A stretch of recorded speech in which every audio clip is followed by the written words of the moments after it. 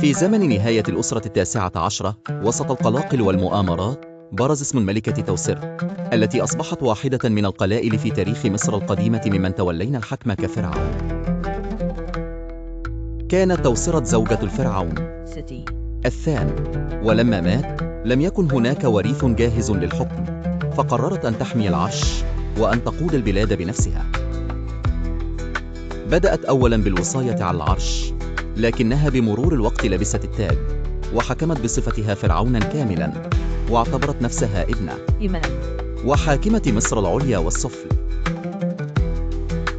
ما يميز توسرت عن غيرها من الملكات أنها جمعت بين القوة والنعمة.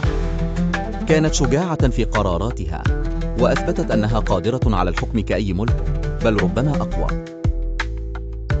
حكمت البلاد بعدالة، وسعت لحماية الاستقرار في فترة صعبة كانت فيها الفتن كثيرة. رغم أن عهدها لم يدم طويلاً، فقد تركت أثراً واضحاً. بنت مقبرة ملكية ضخمة في وادي الملوك، مقبرة 1/4، وهي واحدة من أوسع وأجمل المقابر هناك. لم تكن توسرت مجرد امرأة حكمت، بل كانت رمزاً للمقاومة والنبل في وقت الشدة.